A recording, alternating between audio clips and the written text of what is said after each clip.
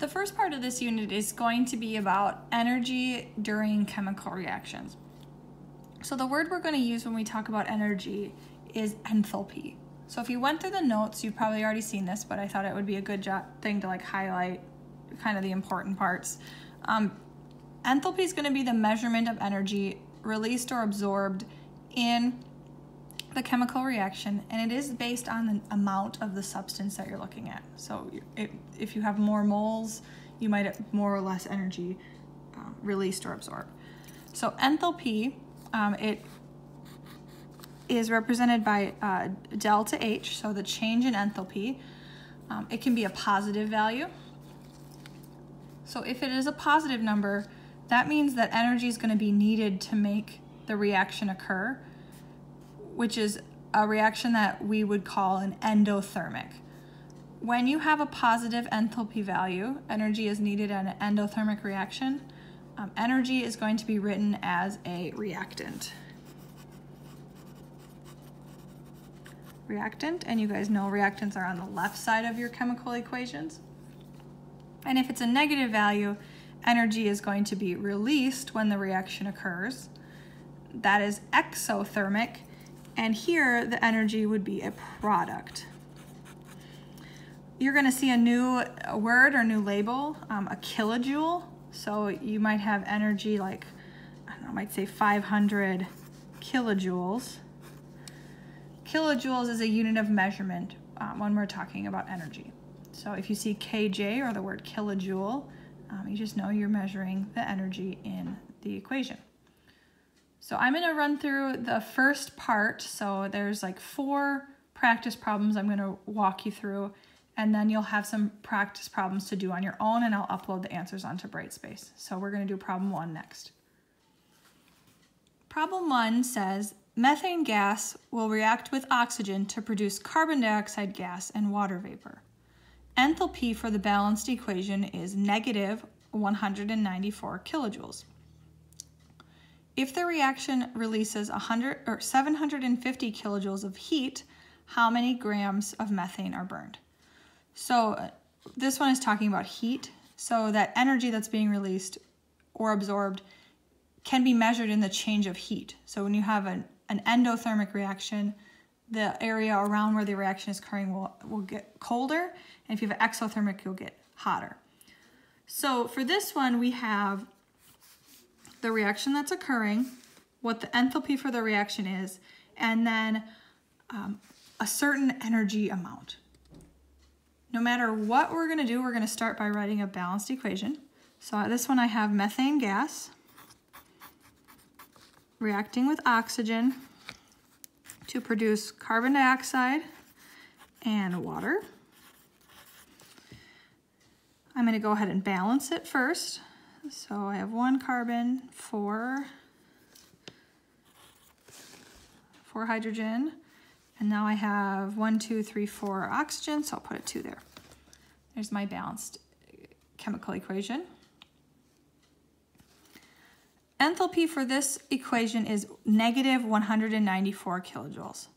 So if it's a negative value, that means that energy is being released. It's going to be exothermic, and we're going to write it as a product.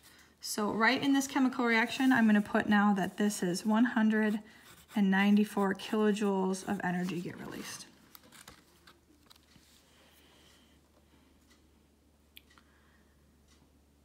Now that I have my balanced equation, I'm going to be looking at 2 things. So one of the things I'm always wondering about is the energy of the reaction. And for this one, I also want to talk about methane.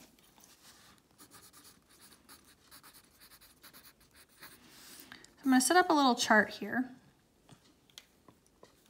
comparing my 2, whatever substance I'm looking at to the energy that it's releasing or absorbing.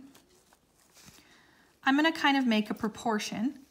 The top of my proportion, or the top of my fraction, is going to be what I can get out of the chemical reaction. So the substance always needs to be in moles, and this is going to be in kilojoules. So for methane, I'm going to start with 1 mole of methane. And for every 1 mole of methane, I'm going to end up with 194 kilojoules of energy. And I'm going to treat that like a fraction, make those my top. The bottom is going to be what I'm trying to figure out. So for this one, I'm given that if I have a reaction that released 750 kilojoules, how much methane did I burn? So I have the energy, 750 kilojoules, and I want to know how much methane I burned. And I want to know grams, but we'll get to that. We first have to figure out moles. So I'm going to release a lot more energy here, which means I'm going to have a lot more moles than just 1. So when I have this, I can plug it into my calculator. I'm going to take 750 times 1 divided by 194. So I just cross multiply and divide, and I get 3.9 mole. And I rounded to 2 sig figs because I have 2 there. So 3.9 mole. More energy is released, so I have more methane burned. The last step then would be taking that from moles to grams. And to do that, I'm going to need the molar mass of methane, which I can Google or I can look up on my periodic table. But I find out that 3.9 moles of methane, methane's molar mass would be 16.04 grams per every 1 mole. I'm going to multiply these two. So 3.9 times 16.04 gives me 63 grams of methane. So if I had a reaction that produced 750 kilojoules, I'd have to burn 63 grams of methane. On our practice sheet, which says aluminum oxide is formed when powdered aluminum is burned in oxygen. 400 kilojoules of heat is released in the reaction for every mole of aluminum oxide formed. If 94.5 grams of aluminum is burned, how much heat is released? So just like any other problem in chemistry, we want to start with our balanced equation so that we know what is going on within this problem. So aluminum oxide is formed when aluminum is burned in oxygen. Aluminum oxide. Aluminum is a +3 and oxygen is a -2. So we're going to end up with aluminum 2, oxygen 3. And then that's not balanced. So I'm going to go through and say I need 2 of these. Actually, nope, I'm going to wait. Since this 3 is here, I'm going to start by adding a 2 because I know that eventually I'm going to have to add that. So I have 4 aluminum on this side and 4 on the left. And now I have 6 oxygen, so I'll make 6 on this side. So I have a balanced formula equation. And now I want to figure out, where does my energy go? So is energy being needed for this reaction to happen? Is it endothermic? Do I need some energy to get it going? Or does the reaction release energy, exothermic, and my energy would go on this side? So I'm going to go back up and read, and it says 400 kilojoules of heat is released in the reaction for every mole of aluminum oxide formed. So release tells me that the energy is going to go as a product. It's an exothermic reaction. It's making heat. But it's 400 per every mole of aluminum oxide. So we have 2 moles of aluminum oxide, so I'm going to need 800 kilojoules are released when this reaction occurs. So looking a little bit deeper, I want to know, okay, if I have this reaction happening and I start with 94.5 grams of aluminum, how much energy am I going to get if all 94 of that is used up? So I'm going to be looking at aluminum, and I'm going to also be looking at the energy that is released. So I'm going to set myself up a little chart. So for 4 moles of aluminum, I get that there are 800 kilojoules of energy. but I want to know how much energy there is if 94 grams of aluminum are burned. So 94 grams, first thing I need to do, I'm going to need to figure out how many moles that is. So 94.5 grams. I'm going to plug the molar mass in. So I'm going to say, okay, dividing by molar mass. And if you didn't grab a calculator last week, I should have reminded you guys. I'm sorry about that. So hopefully you can dig up a calculator at home, or you have one, or your phone will let you do at least this much. Okay, so 94 grams isn't even 1 mole of aluminum. So I got 3 sig figs, so 0.927 mole. So 4 mole make this much energy. I want to know just what does 0.9 mole make. So my number is definitely going to be smaller. And what I'm going to do now is I'm going to cross multiply and divide. So I'm going to take 0.927 times 800 divided by 4. And that tells me if I start with 94.5 grams of aluminum, I'm going to get 185 kilojoules of energy released.